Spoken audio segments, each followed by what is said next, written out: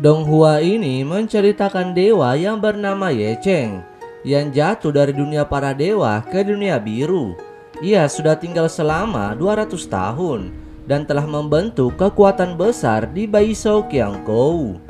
Keberadaan Ye Cheng selalu menjadi legenda, tetapi kekuatan dari dunia para dewa perlahan-lahan meluas ke dunia biru, di mana saat itu akan terjadi pertempuran naga yang kejam. Untuk menghentikan pecahnya perang, Ye Cheng pun sendirian melakukan perjalanan ke Beidi. Namun saat di perjalanan ia bertemu dengan Mu King Sue dan rombongannya. Lalu tiba-tiba mereka pun dikepung oleh bandit serigala utara guys, yang tiba-tiba muncul. Nah, disinilah Ye Cheng menembak dan mengalahkan para jenderal serigala itu dan menyelamatkan kelompok Mu King Sue. Nah, begitulah awal perjalanan sang dewa terkuat yang pura-pura lemah ini guys.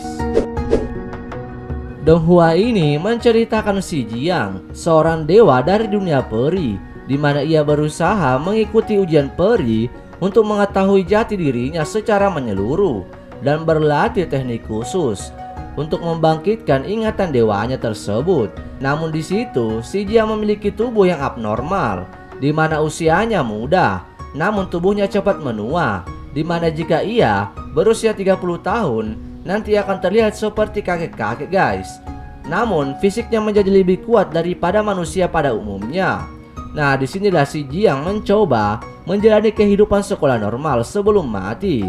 Begitu dia kembali ke sekolah dasar dan bertemu dengan teman yang ia cintai.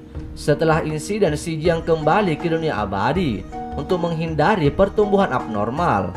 Mulai saat itu, kecerdasan dan kebijaksanaan yang ia dapatkan di bumi, ia pun berjalan di jalan keabadian untuk menjadi dewa legendaris, untuk mengembalikan kehidupan normalnya. Siapa sih yang gak tahu Donghua yang satu ini, di mana menceritakan tentang sebuah pulau misterius bernama Xiliang, yang mana pulau itu merupakan tempat pengasinan dan pemusnahan para dewa yang melakukan dosa dan bertempatkan di sebuah pulau di bumi guys, di mana banyak banget dewa nih yang dihukum dan ditempatkan di sana. Di mana karakter utama di sini adalah seorang wanita bernama Tuli dan juga Sang Jing Suang yang tinggal di pulau itu juga. Tuli sendiri adalah gadis keras kepala, sedangkan Jing Suang adalah dewa yang pendiam, yang mana ia telah mengetahui rahasia pulau itu, bahwa semua dewa di sana sudah tidak ada harapan lagi untuk kembali. Nah, disinilah karakter utama ini bertemu dan kisah cinta rumit antara seorang pria immortal dari negara peri dan gadis panah, serta berbagai petualangan yang penuh jebakan dan bahaya untuk menghiasi alur cerita Donghua ini. Donghua ini menceritakan pada akhir kalender 2020 di dataran Strand yang telah mencapai akhir peradaban karena habisnya elemen sihir yang akan mengantarkan kehancuran daratan, yang di bawah badai kekosongan yang aktif kembali, di mana tersisa dewa terakhir yang bernama Yasuen atau Master Fa Seng yang mengeluh guys, karena tugasnya hanya menjaga perpustakaan.